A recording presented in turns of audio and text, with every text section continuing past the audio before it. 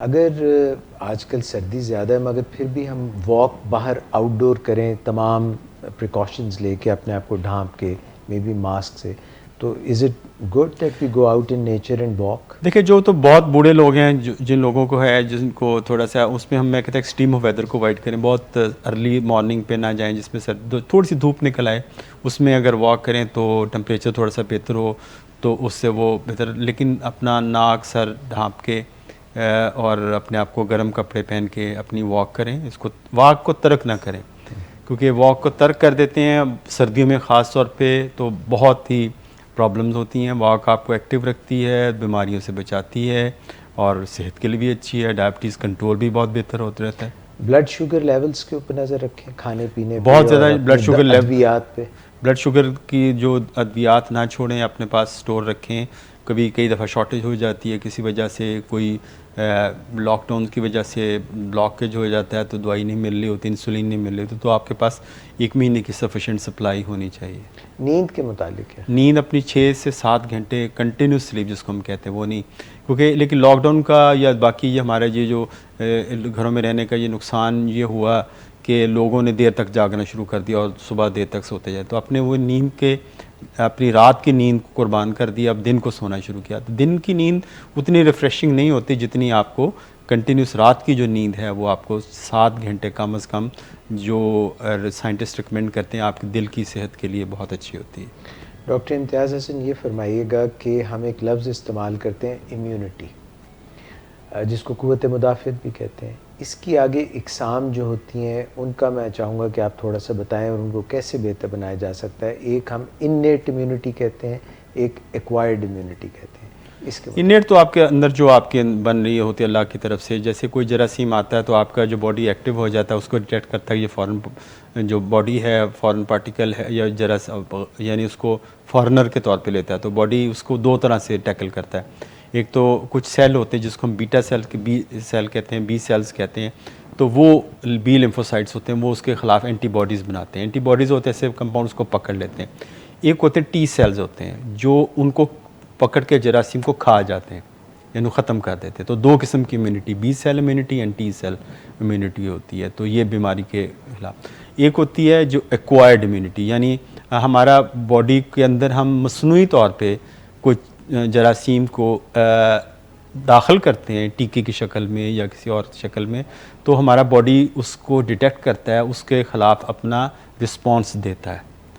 तो वो जो रिस्पॉन्स होता है तो वो उसको हम कहते हैं, जैसे आजकल हम बात कर रहे हैं कि वैक्सीन की बात कर रहे हैं, तो ये एक्वायर्ड इम्यूनिटी है, यानी हम उससे बाहर से हासिल करें जो हम इंजेक्शन की शक्ल में हम लेते हैं। तो ये दोनों में फ़र्क है। तो ये जो इंजेक्शन की बातें हो रही हैं इसके मुतालिक क्या है? ये अभी रिसेंटली हमें जो अभी कुछ महीना शायद भी नहीं हुआ कि हमें कंपनी ने, बहुत सारी कंपनियां तकरीबन इस वक्त लाइन के अंदर हैं, 50 से ज़्यादा कंपनी हैं जो इसकी वैक्सीन पे काम करनी, लेकिन जो फाइज़र ने एक जर्मन फर्म के साथ कोलैबोरेट करके उन्होंने अपनी एक वैक्सीन बनाई है। उसका अगर आप देखें, जो आपने देखा होगा कि ये वैक्सीन बड़ा इंटरेस्टिंग इसका है टॉपिक।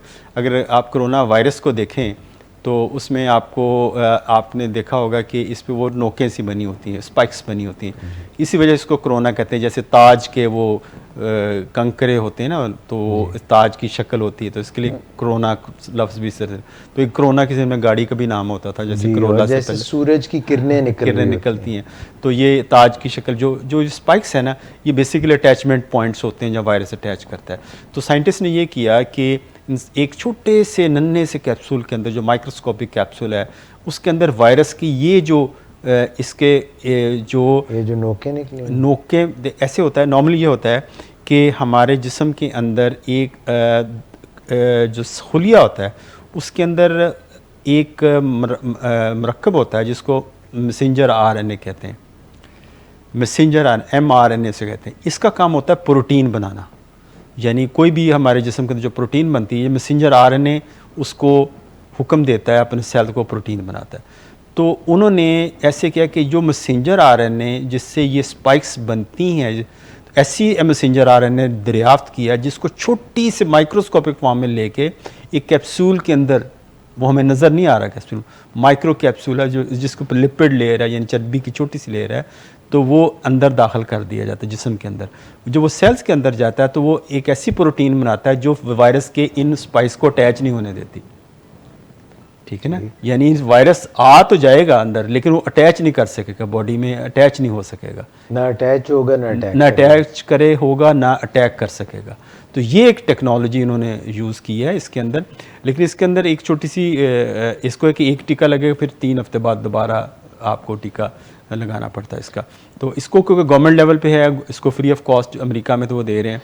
ये अमेरिका में सारे डॉक्टर्स लगवा रहे हैं ये उसमें भी उन्होंने जो फ्रंट लाइनर्स हैं, जो लोग काम फ्रंट लाइन पे काम कर रहे हैं उनको दे रहे हैं, फिर वो लोग जो नर्सिंग होम्स के अंदर रह रहे हैं, जो बूढ़े लोग हैं उनको लगवा रहे हैं। तो इसमें बहुत सारी मिथ्स हैं, लोगों ने हमारे मुल्क में भी नेगेटिव पॉइंट्स हैं कि जी वैक्सीन के ये खुदा न खास्ता ये प्रॉब्लम्स हैं, ये नहीं लगवानी चाहिए, ये आपका माइंड पढ़ लेंगी, ये क्या कर लेंगे, इस किस्म की मिथ्स जो आप कॉन्स्पिरेसी थ्योरीज हैं। ऐसी कोई बात नहीं है, ये बिल्कुल सेफ़ दवाई है, सारी दुनिया में यूज़ हो रही है।